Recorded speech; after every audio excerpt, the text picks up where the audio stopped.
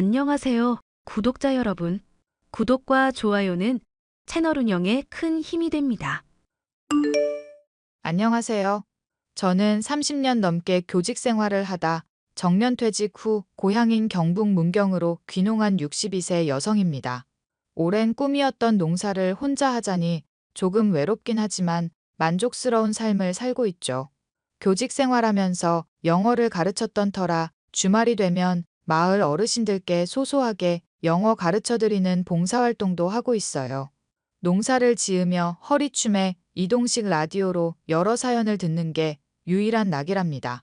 지난 주말에는 아들이 재혼했고 현재 스위스에서 신혼여행 중인데요.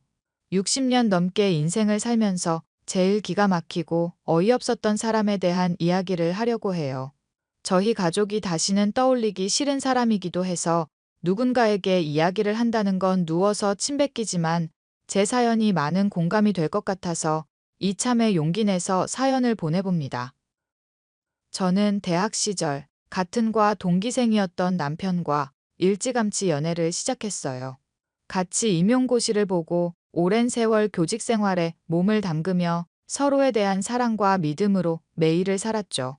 그렇게 남편과 결혼을 하고 그렇게 눈에 넣어도 안 아플 아이를 갖게 되었고 저희는 어떤 가정보다 행복하게 살고 있었습니다. 하지만 아들이 전역하기 전 제 남편은 말기암 판정을 받고 손을 써볼 수도 없이 하늘로 떠나게 됐습니다. 저는 한동안 아무것도 할 수 없는 슬픔에 빠졌고 그 슬픔을 이겨내는 데는 많은 시간이 걸렸죠. 그렇게 슬픔을 이겨내고 아들과 저는 일상으로 돌아왔어요. 아들은 항공사에 취직했고 좋은 인연을 만났다며 소개해준다더군요. 유명한 한정식집에서 보기로 하고 설렘 반 기대 반으로 만나게 되었죠. 지금 생각해보면 절대 만나지 말았어야 했을 인연이었지만 말입니다. 첫 며느리의 단아하고 단정한 겉모습에 속아 화기애애한 분위기로 상견례를 마무리 지었고 다음날 아들과 통화를 했어요. 엄마, 나야. 이제 근무 끝나고 연락하네. 그러게, 다음에 와도 된다니까. 너 피곤하잖아. 아니야, 그 사람 일정도 맞추고 어제가 차라리 나았어. 나 장기 출장도 잡혀있고 그 전에 해치우려고 약속 잡은 거거든. 아이고, 뭐가 그리 급해서. 어제 얘기 나눠보니까 사람이 참 착하더라. 그지? 우리 수진이 천사 같지? 이 팔불출아, 벌써부터 아주 난리네. 엄마는 네가 좋다고 하면 다 좋아. 사람도 착해 보이고 상냥한 게 아주 마음에 쏙 들더라. 정말? 그럼 엄마 대답 긍정적으로 봐도 되는 거야? 그래, 너희들 나이도 있고 이왕 결혼하는 거 30 되기 전에 하는 것도 나쁘진 않지. 정말? 수진이한테 말한다? 그렇게도 좋니? 그럼 내가 사랑하는 사람이랑 결혼해서 행복하게 사는 게 얼마나 큰일인데. 엄마 고마워. 너희 아버지도 이 모습을 같이 봤어야 하는데. 아이, 왜? 또 그래. 아버지도 분명히 좋아하실 거야.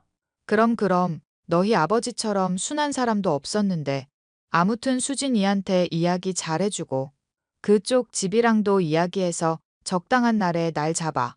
알겠어. 수진이랑 이야기해보고 알려줄게. 그나저나 너는 이 아가씨 어떻게 만난 거야? 뭐 하는 집안인지 물어봐도 돼? 가볍게 인사 오는 자리라서 함부로 물으면 기분 나빠할까봐 아무것도 못 물어봤네. 아, 수진이네. 그냥 보통 평범한 집이지. 수진이는 승무원이고 아버님은 공무원 퇴직하시고 지금 아파트 경비 일하셔. 어머님은 주부시고. 그렇구나. 너희들이 좋다는데 반대할 이유도 없지. 아무튼 연락 다오. 알겠어, 엄마. 뭐가 그렇게 급했는지 결혼을 허락하고 나서 2주 정도 뒤에 바로 상견례를 하기로 했어요. 둘 다 30살 전에는 결혼하고 싶어 했고 저희도 부모된 입장에서 더 늦어봤자 좋을 건 없다 생각했습니다. 며느리를 처음 만나는 자리보다 상견례 자리는 몇 배나 더 떨리더군요. 어색한 침묵도 잠시 서로에게 필요한 질문들을 하며 대화를 이어나갔어요. 생각보다 금방 긴장도 풀렸고 사돈들도 넉살도 좋고 푸근한 인상이었거든요. 두 사람은 본격적인 결혼 준비를 하게 되었고 웨딩 촬영부터 예식장 계약까지 정말 정신없었습니다. 사돈이랑 중간중간 한 번씩 만나면서 커피 한잔 했어요. 아이들 신혼살림에 대한 이야기도 하면서 이래저래 친해지기 위함이었죠. 결혼하면서 허례허식은 모두 없애고 예단이나 예물은 최소화하기로 했습니다. 앞으로 살아갈 날이 많은 두 사람에게 조금이라도 보탬이 되고자 그 돈 아껴서 그대로 주기로 했거든요. 그러다 결혼식을 2달 정도 앞둔 어느 날 기쁜 소식이 있다며 아들과 며느리가 메시지를 보내왔습니다. 엄마, 선물이야. 이게 뭐야? 뭐긴 뭐야. 초음파 사진이지. 엄마 곧 할머니 된다고. 에그머니나 내가 벌써 할머니라고? 너희 애 가졌니? 어머니, 어쩌다 보니 그렇게 됐어요. 저희가 워낙 성격이 급하잖아요. 예쁘게 봐주세요. 이제 사주 차례요. 예쁘게 봐주고 말고가 어디 있어. 어휴, 대단하다. 우리 며느리. 몸 고생 좀 할 텐데 어떡한다니? 아직 저도 얼떨떨하지만 훈석 씨가 잘 도와줄 거라 믿어요. 걱정 마, 수진아. 우리 아이 잘 키워보자. 이런 게 세상 다 가진 기분이라는 건가 봐. 팔불출아, 못 말려 진짜. 아무튼 세아가 결혼 앞두고 장하다. 몸조리 잘하고 필요한 거 있음 말만 해. 어머니, 감사합니다. 아직 입덧도 없고 딱히 느낌도 없어요. 조금 시간 지나면 배도 나오고 그럴 텐데. 다른 거 생각하지 말고 오로지 아이만 생각하렴. 먹고 싶은 거 사고 싶은 거 너 하고 싶은 대로 다 해야 해. 임신 때 맺힌 원하는 평생 가니까 눈치 보지 말고 하고 싶은 거 다 하고 살아. 엄마, 수진이한테 너무 관대한 거 아니야? 관대는 무슨. 당연히 해줘야 될 건데 아이 낳고 기르는 게 얼마나 힘든 일인지 아니? 너 새아가한테 잘해야 해. 알겠어, 엄마. 수진이는 내가 잘 챙길게. 지금 수진이 계좌로 1,500만 원 보냈다. 어? 갑자기 무슨 돈을? 아기용품도 사야 하고 이래저래 필요한 게 많을 거잖니? 내가 대충 들어보니까. 요즘엔 조리원도 예약제로 한다면서 임신 사실 알자마자 대기인지 뭔지 걸어야 겨우 조리원 입실할 수 있다더라. 미리미리 챙겨주는 거니까 그걸로 조리원도 빨리 계약해. 어머니, 너무 감사해요. 너무 많이 챙겨주셨어요. 섭섭지 않게 넣었으니까 부족하면 언제든지 말하고. 2달의 시간이 흘러 결혼 후 신혼여행에 다녀온 두 사람은 바쁜 나날을 보냈습니다. 며느리는 임신 사실을 직장에 알려 항공승무원에서 지상직 근무로 발령받았지만 배가 많이 불러와 결국 직장을 그만두고 말았죠. 운동도 하고 취미 생활도 하며 태교에 힘썼습니다. 그러고는 얼마 뒤 건강한 아들을 출산했어요. 그런데 말입니다. 며느리의 본성이 드러나기 시작한 건지 아이를 낳고 며느리의 태도가 조금씩 달라지기 시작했어요. 조리원에서 퇴소하고 나서 아들이 갑자기 육아휴직을 6개월이나 썼다는 겁니다. 물론 육아를 하는 데 있어서 남녀 구분도 없고 부부가 같이 해야 하는 거지만 며느리는 몸을 다 추스르지도 않았는데 답답하다는 이유로 친구들을 만나거나 단류하고 술을 마시기 시작했어요. 다이어트도 혹독하게 해서 몸에 딱 달라붙은 옷을 입거나 외박도 하고 자유분방한 태도를 보였죠. 처음에는 육아에 대한 스트레스를 받지 않게 하기 위해 별말 하지 않았어요. 하지만 시간이 지날수록 점점 과해지는 행동에 뭐라고 한마디 해야겠다 싶더군요. 아들에게 아이를 맡겨놓고 자주 외박도 하고 심지어 돈도 펑펑 써대기 시작했습니다. 아이 보느라 힘들지? 힘들긴 하지. 무슨 아기가 잠을 안 자. 원래 그땐 다 그런 거야. 그나저나 잠도 못 자고 고생해서 어쩐다니 우리 아들. 뭐 어쩌겠어. 내 자식인데 내가 고생해야지. 아휴, 그럴 줄 알고 엄마가 너랑 세아가 보약 좀 지었다. 너 요즘 잠도 못 자고 얼굴 상태가 말이 아닐 거야. 뭐 그런 것까지 먹어. 너 잘 되라고 주는 거 아니야. 우리 손자 잘 키우라고 주는 거지. 고마워, 엄마. 그나저나 아이가 자꾸 보채네. 얘는 왜 자꾸 울지? 말도 못하는데 당연히 울지. 그나저나 수진이는 또 어디 갔어? 왜 너만 애를 보고 있냐고. 뭐 볼 일 있다고 나간 거지 뭐. 육아 스트레스 안 주려고 나도 모른 채 하고 있는 거니까 엄마도 그냥 그러려니 해. 보는 내가 다 속상해서 그러지. 어쩜 밖으로만 나돌아다닌다니? 에이, 엄마, 다 그런 거지 뭐. 이럴 때라도 도와줘야지. 안 그래? 그러니 너무 염려마. 알겠어. 네가 그렇게 말하면 가만히 있어야지 뭐.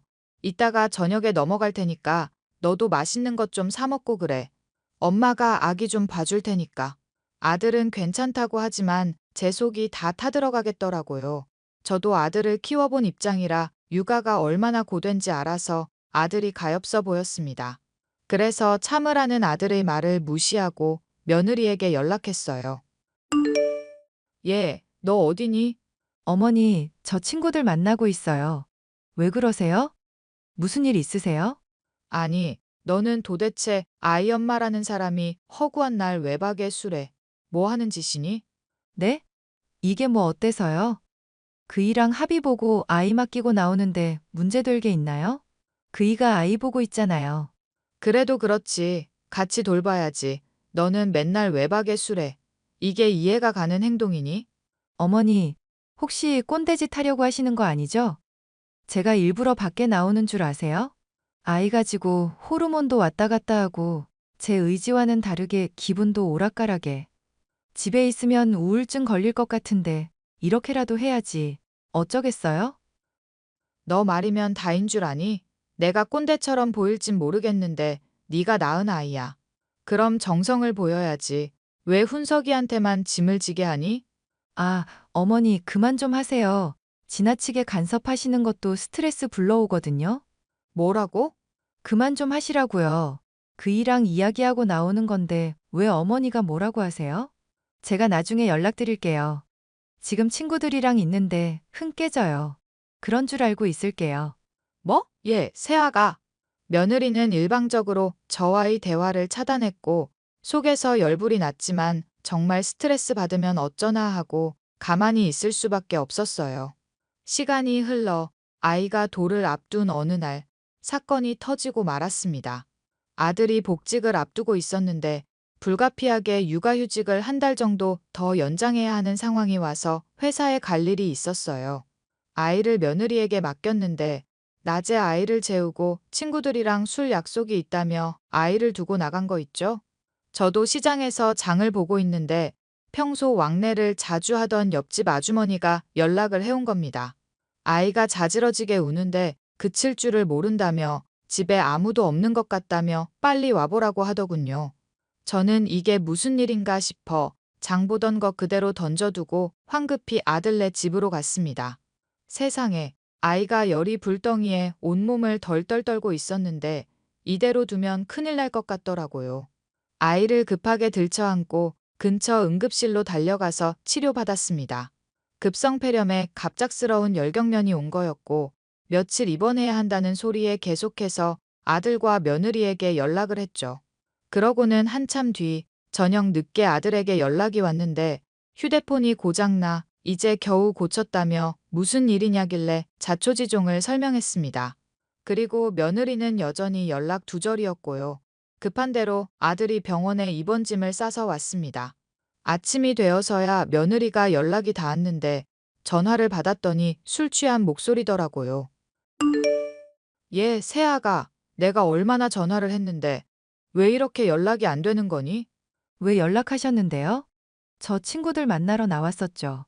아이 혼자 두고 어떻게 나갈 생각을 하니? 너 제정신이야?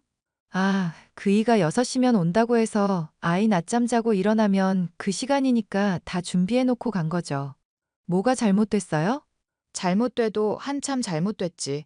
아이를 두고 집을 비우는 엄마가 어디 있어? 옆집 아줌마 아니었으면 정말 큰일 날 뻔했다. 왜요? 아이가 열이 펄펄 끓고 경련까지 하고 내가 응급실 데려갔기에 망정이지. 지금 훈석이가 애 데리고 입원해 있다. 네? 2번이요?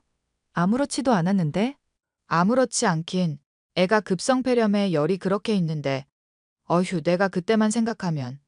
죄송해요. 괜찮아서 아픈 줄 몰랐어요. 그나저나 어머니, 얼마 뒤면 우리 집 장손 돌인데 선물은 큰 걸로 준비하셨죠?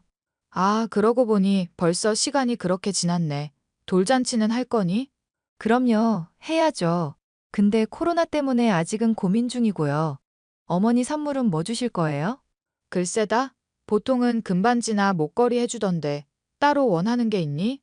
더도 말고 덜도 말고 딱 5천만 해주세요. 그 정도 못 해주면 우리 장손 못 볼 줄 알아요. 뭐라고? 지금 말 다 했니? 네, 다 했는데요. 아무튼 그렇게 알고 있을게요. 그 돈으로 아이 보약도 지어 먹이고 좋은 거 사 입히고 그래야죠. 요즘 사람들 아이 낳는 거 기피하는 거 아시죠? 어이가 없구나. 일단 알겠다. 아이 퇴원하면 다시 이야기해. 그렇게 꼬박 일주일 내내 병원에 입원해 있다가 손주가 퇴원했는데 아들의 표정이 심상치 않았습니다. 아이가 아파서 속이 상해서 그런가 싶었는데 퇴원하고 저를 붙잡아 이야기하는데 충격적이더라고요. 글쎄 입원하고 피검사도 하고 여러 가지 검사를 했는데 그동안 알고 있던 손주의 혈액형이 자기가 알고 있는 혈액형이 아니라는 겁니다.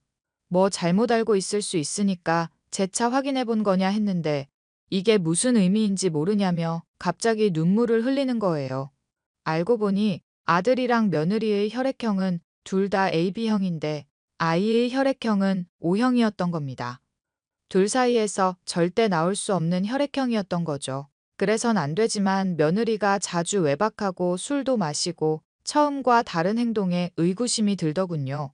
설마 하는 마음에 아이의 머리카락과 아들의 머리카락을 뽑아 유전자 검사를 의뢰했습니다.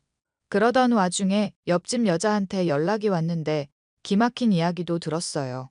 아들이 밤샘 근무나 출장으로 집을 비울 때 웬 남자가 집에 드나들었다는 겁니다. 기막힌 상황에 아파트 CCTV며 그 집에서 택배 도난 때문에 달아둔 CCTV를 보게 되었는데 사실이더군요. 한참을 곰곰이 생각해 보는데 며느리가 바람을 피운다는 것 말고는 어떤 말로 표현도 안 됐고요. 조심스레 사람을 시켜 뒷조사를 했는데 제가 의심하던 상황들이 모두 맞아떨어지는 거 있죠? 결혼하기 전부터 바람을 피우고 있었고 아이도 그 남자아이였어요. 그래서 신혼집에 그 남자가 아이를 보러 들락날락했던 거고요. 저는 이 기막힌 상황에 도저히 가만히 있을 수 없어 아들 부부에게 연락했습니다. 훈서가, 세아가, 내가 너희들한테 할 말이 있구나. 어머니, 무슨 일이세요?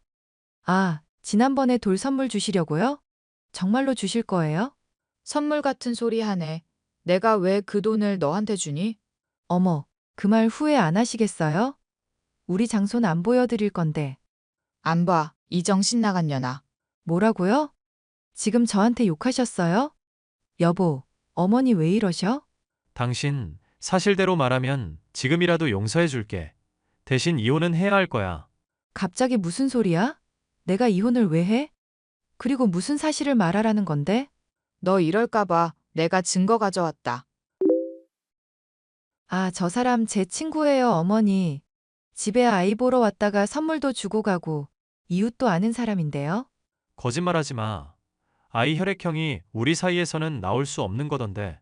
아, 혈액형? 병원에서 검사 잘못한 거겠지. 그걸 왜 내 탓을 해? 정확한 거 맞아? 빼도 박도 못해 이년아. 남의 아이 데려와서 감히 우리 집안 핏줄이라고 속여? 어머니, 지금 뒷조사 하셨어요? 이거 명예훼손인 거 아시죠? 당신 그만해. 이미 다 드러난 사실인데 엄마한테 그딴 식으로 말하지 마. 우리 깔끔하게 이혼하자. 뭐? 누구 맘대로 이혼이야? 어머니, 이거 다 오해예요. 일단 돌 선물부터 주세요. 너 정신 안 차릴래? 우리 손주도 아닌 애한테 선물을 왜 줘? 당장 이혼하거라. 조만간 이혼 서류 보낼 테니까 그렇게 알고 당장 짐 싸서 나가. 내가 지금 집으로 갈게. 일단 대화를 좀 하자. 대화할 것도 없어. 유책 사유는 명백히 너한테 있으니까 위자료를 받아도 내가 받아야 하는 거야. 왕창 뜯기고 싶지 않으면 닥치고 짐 싸서 나가. 여보, 한 번만 봐줘. 내 말 좀 들어봐. 응? 여보, 여보. 아들은 그 길로 변호사를 선임해 이혼 소송과 상간남 소송을 걸어버렸습니다.